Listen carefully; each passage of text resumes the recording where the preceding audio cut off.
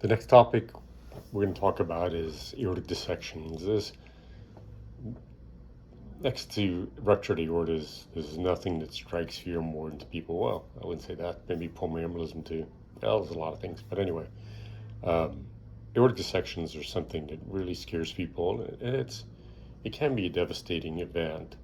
So I'm going to talk about aortic dissections, but in order to talk about dissections and make sense about it, we need to have a brief discussion about anatomy, uh, because understanding the anatomy helps you understand what happens in these events.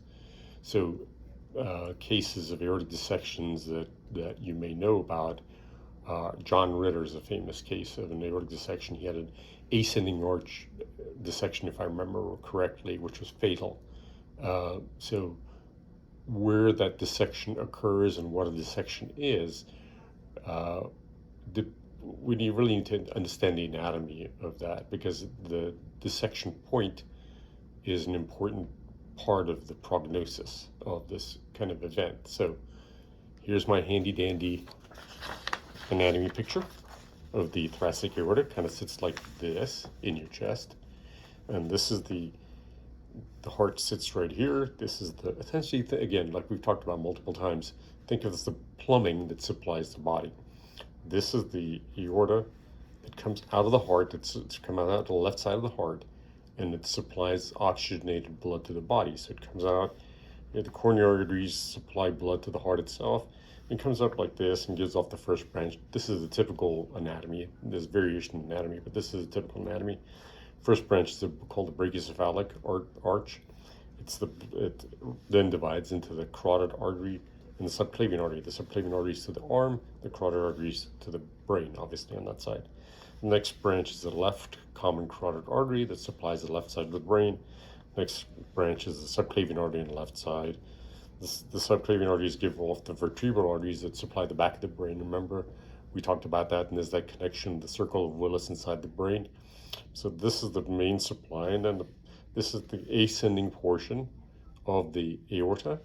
This is the transverse portion, and this is the descending portion.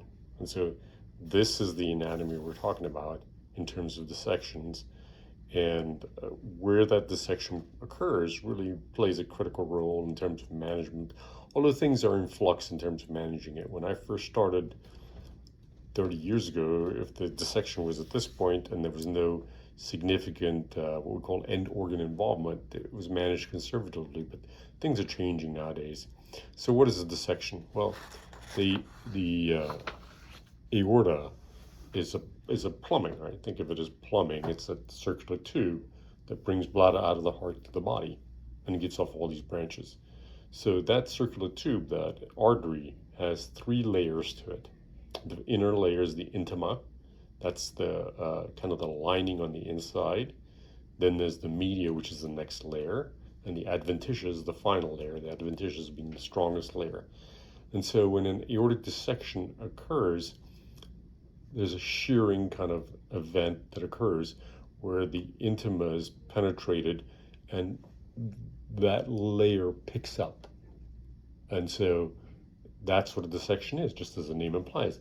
One of the layers is separated, and so you can see if you have a circle and you have separation of the circle, you can have some potentially devastating complications of that dissection, which could involve, blocking off the carotid arteries to the brain, or partially blocking it off. If it goes back down towards the heart, dissecting your coronary vessels. And then finally, the biggest complication is free rupture, where it tears through the adventitia, and essentially all the blood comes out very rapidly. So that's the anatomy of a dissection. It involves shearing off a layer of that artery, and it can be minor to the point where it's just a very limited dissection, or it can be a major event where it continues all the way down. You can imagine if you elevate this one layer from another, this dissection plane can continue all the way down into the circulation of the abdomen and the lower extremities. And so part of the workup for this is getting, imaging studies to see where the problem starts and where it ends, and then deciding where it needs to be fixed. So that's the anatomy, and that's what a dissection is. Next time we'll talk about the different levels of dissection and some of the symptoms you'll get with it.